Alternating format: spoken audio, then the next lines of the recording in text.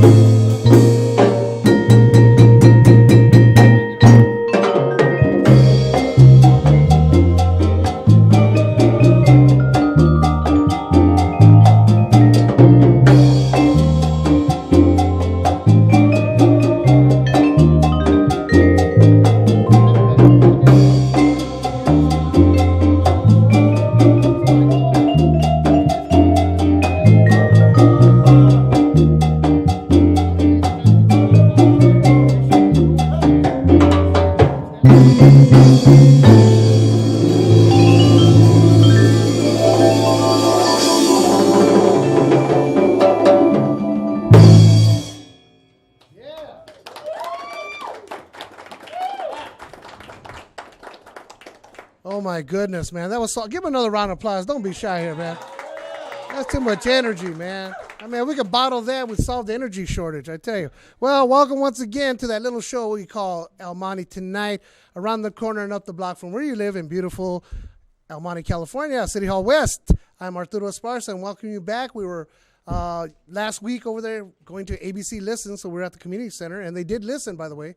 So we're very proud and very pleased as punch that we're there. I got a chance to connect up with a good old friend of mine, Sid Garcia from Channel 7. We have a history. He used to host a couple of my shows back in East LA back in the early years of the Fun Factory out there. So it was a pleasure to see him and all the good people. And we want to thank all the people from El Monte that went out there to participate because it is your community and we want you to feel very much a part of it and let Channel 7 know. Okay? All right.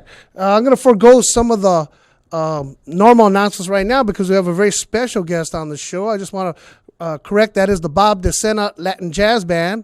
I know Jamie got nervous. She was so excited. She's not used to such celebrity. So, but she was good. Look at Bob loves it. Okay, next to me, if we can get a two-shot here, you'll see this is council member or councilman, if you're a little old school like me, Bart Patel. Let's have a round of applause for the councilman here.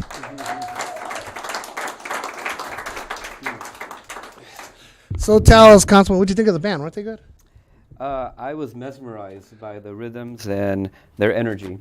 And I really hope to see them in the future, maybe at our 4th of July concert series that we have usually, 3-4 events during that time.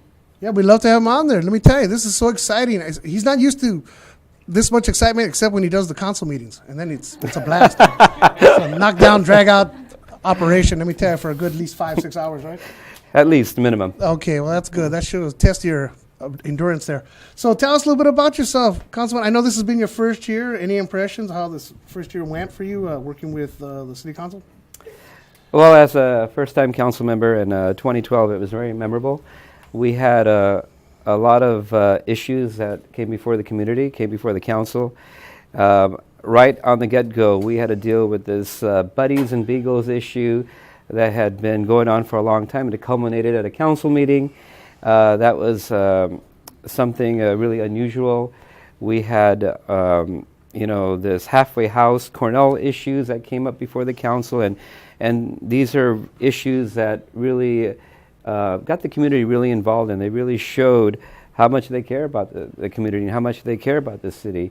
And they expressed that very clearly to us, at the dais. And those meetings would go on until 12, midnight, 1 o'clock. And of course, not to mention the lifeguard issues that national attention on that. Yes, so he got Augie's attention. We said halfway house. He got homesick there for a second. He makes it halfway to his house, and that's about it. But it's been a really a learning curve type of a year. Sure. And learning about the role that I have to play, and also playing with new teammates and getting to learn about your other colleagues, because you have to work together to move issues forward. Okay, man. See, this is a round of applause, man. It's not an easy job, trust me. I've sat through the council meetings, and let me tell you, it's grueling, man, especially when I'm awake. But let me tell you. But tell us a little bit about Bart. Where'd you grow up? Where'd you go to school? Give us the lowdown on that. You really want to know about that? Not really, but it says on my script I have to ask that. So. Well, I was born in San Francisco, and my parents moved down to Los Angeles when I was about 1 year old, and then they settled in El Monte in 1972. Oh, wow. I was about 4 years old, and they were trying to achieve the American dream, and they bought their business, and they worked day and night at it. And I, too, grew up in the business with them, helping them, along. And I actually went to Willard Payne Elementary School on Mountain View Boulevard. And A student, right? Absolutely not. So okay. Up through 5th grade, I was actually, I think the school was going to kick me out because of too much fighting. Academics were very poor. And so my father was grappling, what do I do with this guy? What do I do with my son? He's Make him a councilman. So he can fight and grapple? Yeah. You see the qualifications to be a politician. So unbeknownst to me, he was studying, and he put me in a military school in Long Beach. It was a place where you had to stay there, and so he shipped me off there as a 12-year-old kid, and it really completely changed my life. I was a Christian military school, and it actually gave me discipline and focus, and it completely changed me, made me more academically oriented, and I told my dad that was the best thing you ever did. Even though I was very homesick for those 4 years, maybe I was even clinically depressed if they had to actually make a an observation, but I made it through. So Well, I'm just see where you threw me was the oxymoron, a Christian military school. I mean, what do you guys march with crosses? I mean, what was it? It was, oh yeah, it was there's like you have vicious. the inspections, and you have to do the whole. It's a military Wow, school, wow. and it's academically oriented, but they have the military component. So, and which was very good because a guy like me during those days really needed it. Well, it straightened your act out, man. Let's a round of applause for this young man, man. He survived. You could visualize right there sitting alone at Christmas in the dorm room, crying to himself. Little Bart, come home. No, that was a Christmas Carol. I'm sorry, that was another story. Well, I'm sure I still remember this. My first housekeeper, we had house mothers, and she had a paddle. Uh-oh. And I remember that if you were 1 second late after your recess time in the evening time, she'd wait there for you, and if you're 1 second late, you get it right on the butt. Wow. A real hard swat. See, that's different. That's different. See, when I was growing up, the PE coaches would do that. And it was horrible. They catch you coming out of the shower, and you'd remember that one. Let me tell you. Oh, yeah. I think I saw the light, man. Literally. I was walking towards the light now, See, and then you got in trouble, and then they call your parents, and then mom's at the door, and she knocks you straight again. So there was never a dull moment. But no, that's fantastic. Yeah. So what was you were talking about your business. What is exactly the business that you grew up in? The hotel business. Oh, okay. Yes. So you're an innkeeper.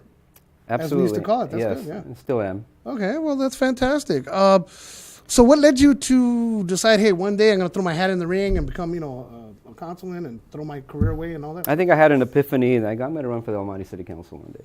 Well, I'm glad you did. I'm kidding about that. No, I mean, I had... I'm glad you did. I should have. You wouldn't be here today. I mean, I was on the Planning Commission for 12 years. Right. Very active on local issues regarding the lodging industry.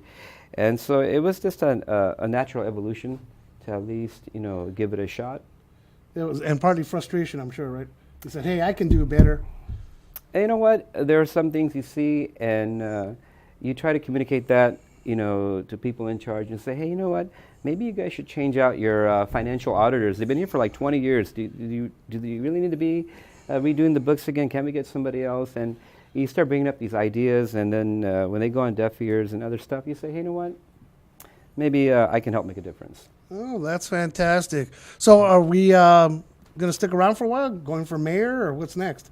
Ooh, I want to get the dirt. I'm going to say that right now I'm fully focused on completing my first term. I don't have any aspirations to become an assembly member or a state senator or a U.S. congressperson.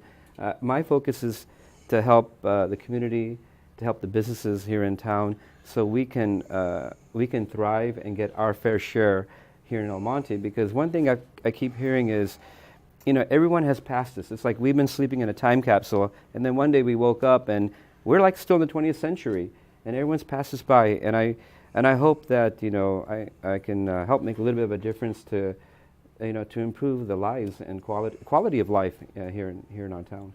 Fantastic, man. Come on, let's give it up for this man. I tell you, man. It's not an easy job. This is actually, we call this the Beverly Hills of the San Gabriel Valley, El Monte, California. And a lot of people forget because we're at the end of the Santa Fe Trail. And there's a rich history here. And the councilman's exactly right. A lot of times, people pass us up on other aspects of things. And it shouldn't be that way. We should be the vanguard and leading the way, leading the parade. We have so many natural assets over here. We have a state-of-the-art $66 million bus station that Metro opened up this past September. We have a county-owned municipal airport. We have the Metrolink station that goes through here. We have our own water company. We have multiple freeway access.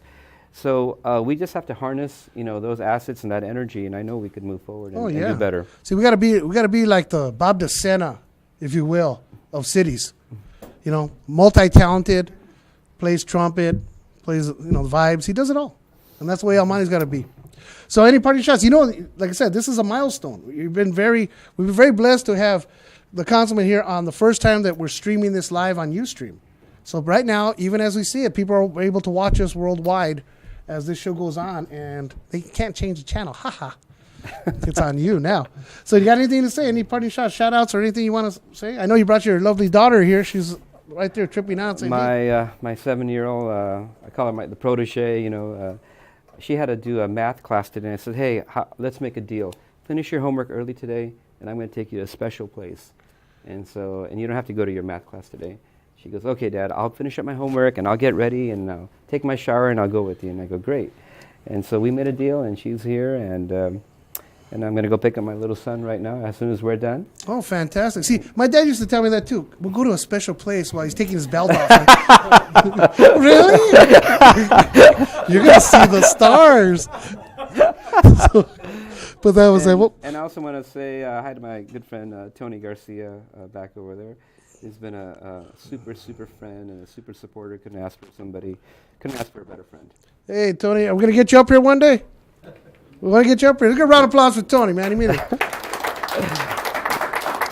All right, Councilman, I know you got to rush on up, but I want to thank you. It's been long overdue. We've been trying to get him. He's so busy, and I feel real good. We're got them all, except we got one more council person left. I'm not finished. I'm on a mission. That's before I lose my term of office. Okay, Councilman, thank you very much. Thank you, Arturo. Let's hear it. Councilman Patel here for El Monte City.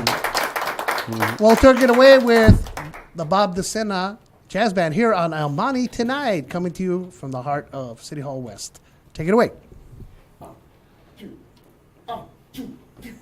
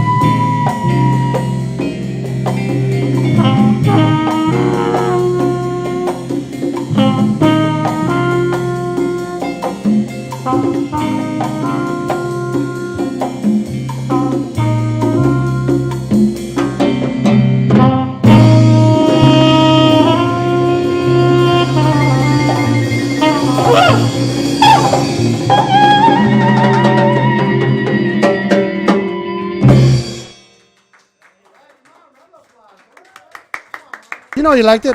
We had to wake Mario up there, you know. I tell people applaud because you didn't pay to get in, but you're going to have to pay to get out. So, you know, we know how that goes. Now, that was fantastic. It was great. And next to us is our next guest, and this is Wendy Zhang. Did I pronounce that correct? Wendy Zhang. Wendy Zhang. I got it right on the first time. Man. That's There we go. fantastic. Isn't that great? I'm glad to have you, Wendy. Great job. Well, great job. Oh, she's so sweet. She's so sweet. Yeah, you know, I met Wendy at the ABC Listens event. She went up there to announce the program that she has going, which is the Asian Pacific Healthcare Venture Incorporated. Is that right? Right. Asian Pacific Healthcare Venture. That's Well, what I you said. can just call us APHCV. If that makes Oh, it that's easier. easier. Yeah, that's right. APHCV. Sounds like a disease. But let me tell you, you know, that's great. And you are the program. It says right here, program coordinator, right? Absolutely. Oh, okay. Well, that's, wow.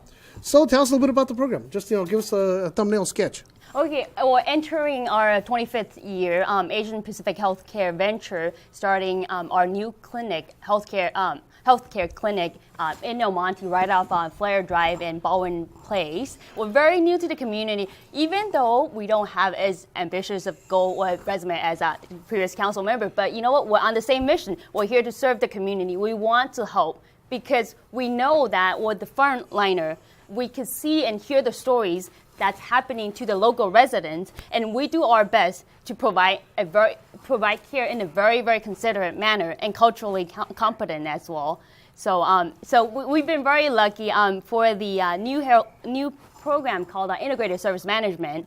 We were recently selected by LA County Department of Mental Health for this very special 2-year innovation project that provides health care and as well as psychological care for patients, specifically low-income Chinese communities in the San Gabriel Valley area. So you guys are out of luck because you're not Chinese. We'll make it work. No,